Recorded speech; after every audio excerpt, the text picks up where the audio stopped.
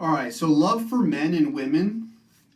I'm going to talk about kind of love in general, but I do want to make the distinction because there are, things like Webster's dictionaries, and each one of us, for the most part, the way that language and things work is it allows for social cohesion to stick together, is where we all have somewhat similar understandings of the language and what they mean. Now, you can use one word in one type of area of the city or location and go to another location, and that same word undertones a completely different meaning.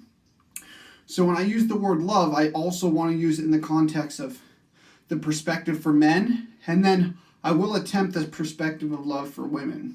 I'm going to start with that one because I don't have much to say on that as I'm not a woman, but I would assume that love for women is going to be the first thing that a woman, I assume, would want would be children and safety, security, financial support, emotional comfort.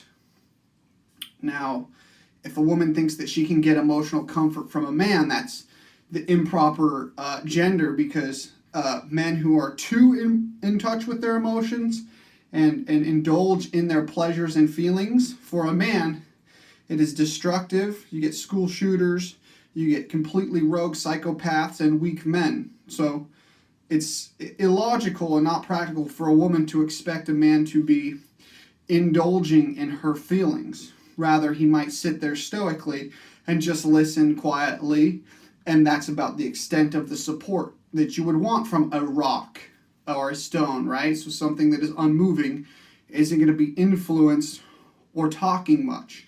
It's just going to sit and be, and it's something to lean against, right? It's not going to lean back at you. It's just going to hold fast and hold strong. And as far as love for men, now as being a man, I can express what love would be for me would be respect. First one is to respect me, not to try to verbally dominate, right? So go into something where it's a talk it out situation, except that's one part where one person talks and talks and talks to make themselves feel better, and the other person just kind of sits and is somewhat of a verbal punching bag. Now, this might sound terrible, but it's been my experience as a man, being a single father and dealing with people who aren't as stable, I guess, that there's a lot of, you literally, as a man, obviously, men watching this, you just have to take it. That's how it is. You gotta take it, but you should also pick a fine line as, are you making ground? Are you going to lose your household because of this? Is this worth it? Men do have to ask themselves that, since they have to typically physically exert more effort. They have to financially accommodate another human being, and the other human beings will to create more human beings that you all would also have to take care of and support in more ways than just financial.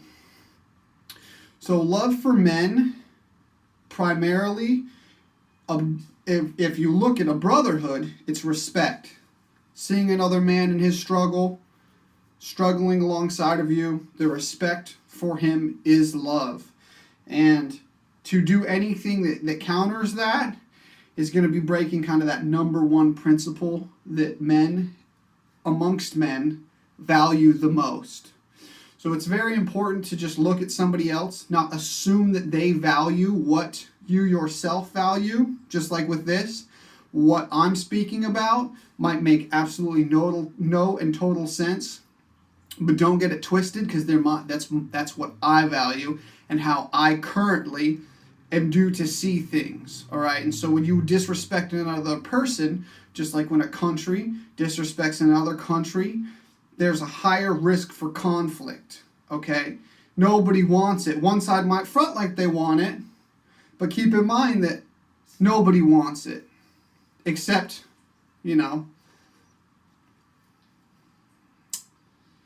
I guess it's different because not everybody's willing to stand on their beliefs. Some people will talk like they do, but, when push comes to shove, some people, they're just more for flapping their gums. And it's important for people to be aware with love that it's shown differently amongst different types of people, different cultures, and through different genders.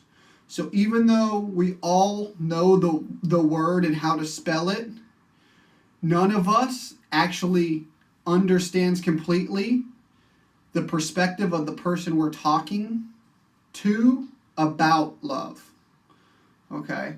So it's more or less an attempt, a very loose attempt, to describe something that we assume is universal, but the way I was shown love as a child growing up was rough.